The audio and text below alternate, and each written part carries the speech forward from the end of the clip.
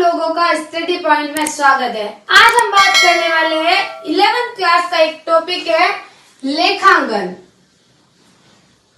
जैसे कि आपको लेखांकन के बारे में पहले जानकारी होनी चाहिए। अगर बच्चों आप लोगों को लेखांकन के बारे में जानकारी नहीं होगी तो आपको आगे पढ़ने में कठिनाई होगी। तो पहले आपको लेखांकन का अर्थ पता होना चाहिए।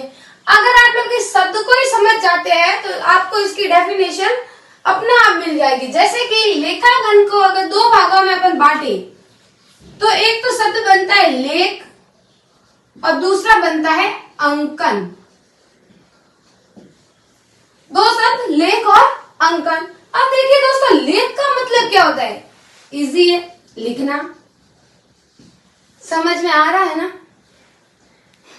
देखो, लेख यानी होता है लिखना, वेरी इजी। अंकन का मतलब होता है अंकों से। अगर बच्चों आप लोग ध्यानपूर्वक सुन रहे हैं तो बहुत ही इजी वे में आपको समझ में आ जाएगा। लेख यानी लिखना होता है, अंकन यानी अंकों से, वेरी इजी। तो देखो बच्चों, एक ही शब्द से दो बने लेखांकन, दो शब्दों के मेल से बना लेख और अंकन। देखो, लेखांकन दो शब्दों के मेल से बना। इसमें लेख का अर्थ क्या होता है? लिखना, और अंकन का अर्थ होता है अंकों से।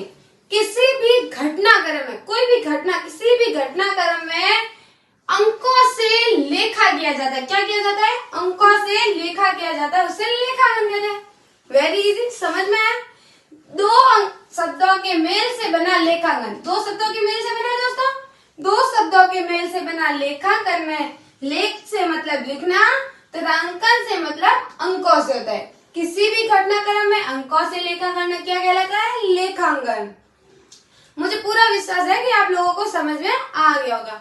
अब देखिए दोस्तों, अगर लेखांकन के उद्देश्य के बारे में बात करें तो जैसे कि देखो, अब लेखांकन क्यों किया जा सकता होगा? जैसे कि आज के जीवन में आप देखो तो कई सारे ट्रांजैक्शन होते हैं, कई सारे लेन देन होते हैं कि उसको माल दिया, उससे लिया, उसको पैसे दिए। तो अब मनुष्य जो है वो इतने सारे लेन देन याद नहीं रख पाता है, तो उसके लिए लेखा करना तो अवश्य है। तो समस्त जितने भी लेन देन होते हैं उनका लेखा करने के लिए हमें लेखांकन की जरूरत है, पहला उद्देश्य। दूसरा, हम लेखांकन क्यों करते हैं? ताकि हम पता लगा सके कि हमारे व्यवसाय के अंदर, बिजनेस के अंतर्गत हमें कितना प्रॉफिट हो रहा है, कितना लॉस हो रहा है।